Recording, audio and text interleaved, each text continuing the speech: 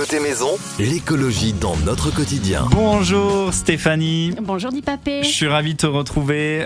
Meilleurs vœux pour toute l'équipe de Haut47 qui nous avait accueillis l'année dernière dans vos bureaux, là, ici à Agen.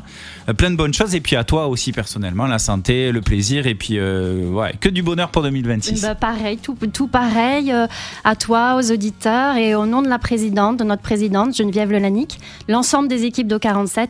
Je vous souhaite vraiment une année riche, une belle année 2026, riche en eau et en mille autres bonheurs. Je rappelle, pour ceux qui viennent de se brancher pour cette première de l'année 2026 dans l'éco-geste de 47 FM, que tu es chargé de communication au syndicat départemental Haut47, service public d'eau potable et d'assainissement. Pour cette première de l'année, ce matin, tu as décidé de nous parler des soldes qui battent leur plein depuis déjà 15 jours. C'est en ce moment de bonnes affaires qui s'enchaînent, mais derrière nos achats, notamment dans le textile, se cache une réalité moins visible, leur impact sur la ressource en eau. Et oui, et l'une de nos missions en tant que service public est d'informer, de sensibiliser chacun pour qu'on comprenne l'impact de nos gestes, de nos achats au quotidien sur la ressource en eau. Parce que, qu'on soit clair, Stéphanie, en fait, derrière chaque produit fabriqué, il y a obligatoirement de la consommation d'eau. Les chiffres donnent le tournis, notamment dans le textile. C'est 2000 litres pour un t-shirt. C'est 8000 litres pour une paire de chaussures en cuir, par exemple. Oui, tu l'as dit. Il y a une consommation d'eau parfois énorme qu'on ne voit pas. L'idée n'est pas de culpabiliser, bien sûr, mais de transmettre des connaissances, des informations pour acheter en pleine conscience. On évoque forcément cette industrie textile. On sait qu'elle peut avoir des répercussions négatives sur l'environnement et sur la ressource en eau. Est-ce que tu peux nous donner, par exemple, à nos auditeurs ce matin, un exemple concret sur cet impact ? On va prendre un vêtement qu'on porte tous les deux aujourd'hui, le jean. Oui, c'est vrai, t'as regardé. Il faut savoir, et ça on en avait déjà parlé à l'antenne, que sa fabrication nécessite plusieurs milliers de litres d'eau, entre 7 et 10 000 litres. Tu comptes toute la chaîne de fabrication dans les 10 000 litres ? Oui, et en commençant par la matière première, le coton. Oui. Les plants de coton utilisés pour fabriquer le tissu poussent souvent dans des pays chauds, secs, qui demandent un arrosage abondant. Pour faire pousser le coton, il faut 3 éléments. De la terre, du soleil et de l'eau. Et on parle de coton, mais c'est la même chose pour le lin, le chanvre, etc. Ouais, la phase de confection est une grande consommatrice d'eau, en particulier celle qui consiste à blanchir et teindre nos vêtements.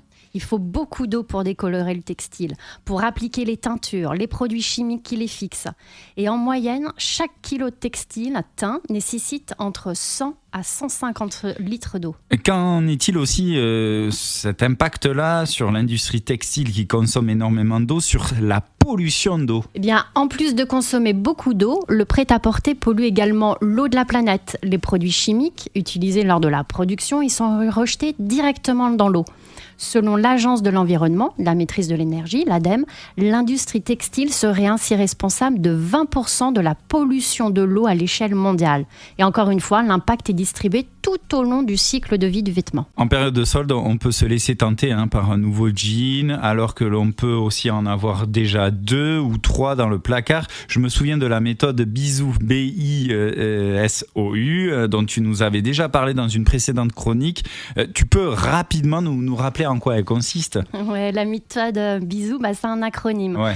Et derrière cet acronyme se cachent 5 questions à se poser avant chaque achat. Ouais, le B. Alors le B, pour besoin, est-ce que j'ai vraiment besoin de cet objet ? Le I. Dois-je absolument acheter cet objet maintenant ? Ouais, pour immédiat. Le S pour semblable. Est-ce que je possède déjà quelque chose de similaire ? Le O. Où ? Par qui ? Ouais. Dans quelles conditions a été produit cet objet, ce produit ? Voilà, pour origine. Et puis le U pour est-ce vraiment utile en fait ? Voilà, est-ce que je vais vraiment utiliser cet objet ? Est-ce que tu as un dernier conseil pour nos auditeurs auditrices qui nous écoutent ce samedi ? Je rappelle que tu es chargé de communication chez Haut47 dans cette séquence éco-geste avant de se lancer dans les magasins ce week-end. Alors on privilégie la qualité plutôt que la quantité. On regarde les matières, on pense seconde main et surtout on achète ce dont on a vraiment besoin. C'est bon pour son portefeuille, pour l'environnement et pour la ressource en eau. Ouais, merci beaucoup pour cet éclairage en pleine période des soldes. On se dit à très vite pour un nouveau rendez-vous. Avec plaisir.